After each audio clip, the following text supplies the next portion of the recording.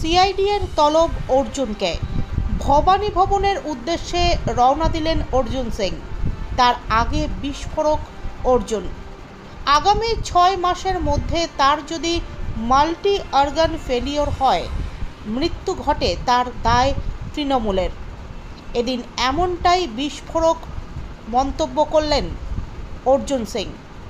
অর্জুন সিংয়ের গুরুতর অভিযোগ, তৃণমূল কংগ্রেস রাশিয়া থেকে একটি বিশেষ ধরনের কেমিক্যাল আনিয়েছে, আর যার প্রয়োগ তারা করতে পারে অর্জুন সহ বাংলার বিজেপি শীর্ষস্থানীয় নেতৃত্বের ওপর। ভবানী ভবনে এই রাশিয়ান কেমিক্যালের ব্যবহার তার উপর করা হতে পারে বলে তার আশঙ্কা। পশ্চিমবাংলা যারা তৃণমূলের বিরোধিতা করবে, মমতা ব্যানার্জির বিরুদ্ধে কথা বলবে, অভিষেক ব্যানার্জি কৈলা ভাইপোর বিরুদ্ধে কথা বলবে, তাদেরকে টার্গেট করে মিথ্যা মামলা ফাঁসানো হয়। যেহেতু আমাদের সেন্ট্রাল ফোর্স ঘেরার মধ্যে আমরা থাকি, এরা সেই সুযোগ পাচ্ছে না।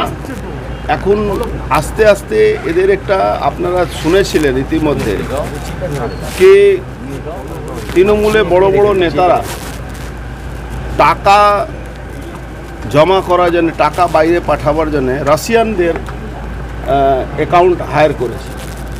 যেরকম এখন আপনি দেখছেন ছেলেদের অ্যাকাউন্ট হ্যাক করে টিচাররা অন্য জায়গায় অন্য অ্যাকাউন্টে ট্রান্সফার করে দিচ্ছে, সেরকম রাশিয়ানদের একটা অ্যাকাউন্ট হায়ার করা হচ্ছে। এটা বহুদিন ধরে আমাদের এই গভর্নমেন্টের পুলিশ ডিপার্টমেন্ট বা আদার এজেন্সির মাধ্যমে আমরা খবর পাচ্ছিলাম। আমাদেরও তো লোক আছে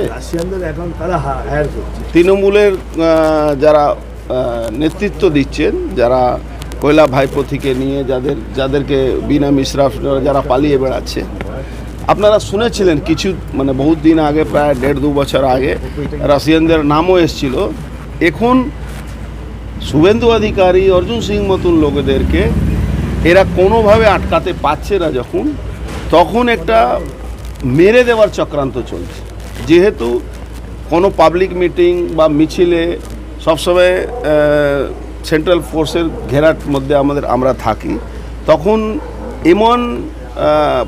এমন কেমিক্যাল স্মাগল করে আনা হচ্ছে রাশিয়া থেকে এইদের মাধ্যমে, যাতে আমাদেরকে কোনোভাবে ইনভেস্টিগেশন নামে ডেকে, আর আপনারা জানেন এরকম কেমিক্যাল আছে কি আপনার পাশে যদি স্প্রে করে দেওয়া যায়, সেই লোকটা মারা যায় সঙ্গে সঙ্গে না, 2 মাস 3 মাস মধ্যে মাল্টি অর্গান ফেলিওর হয়।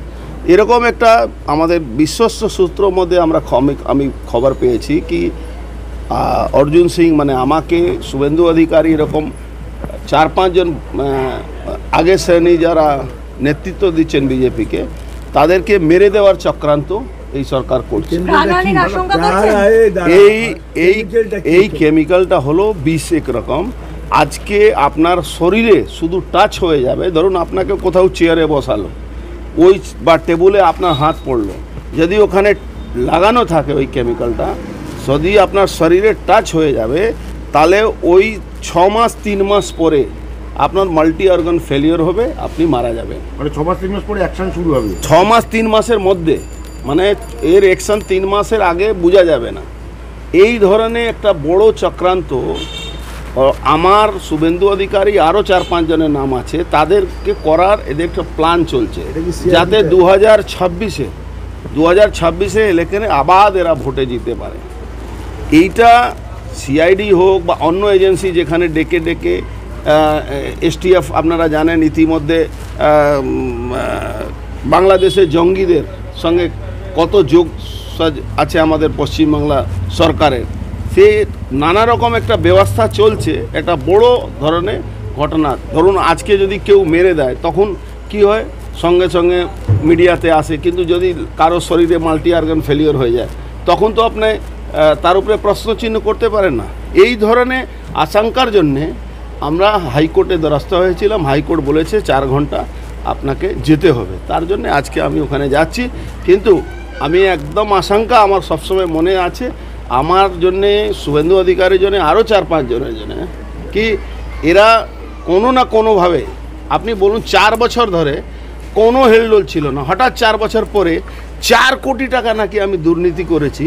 আরে 400, 500, 1000 কোটি টাকা বললে একটা আমারও মান সম্মান থাকতো।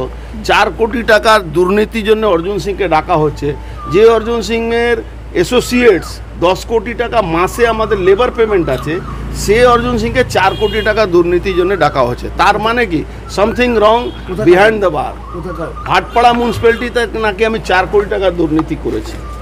এই ধরনের একটা মিথ্যা আরোপ লাগিয়ে এই সাজিশটা একটা করার আমার মনে আসছে কি এরকম একটা হতে পারে। তার জন্যে আমি হাইকোর্টের দ্বারস্থ হয়েছি। হাইকোর্ট একটা নির্দেশ দিয়েছে, যেতে হবে।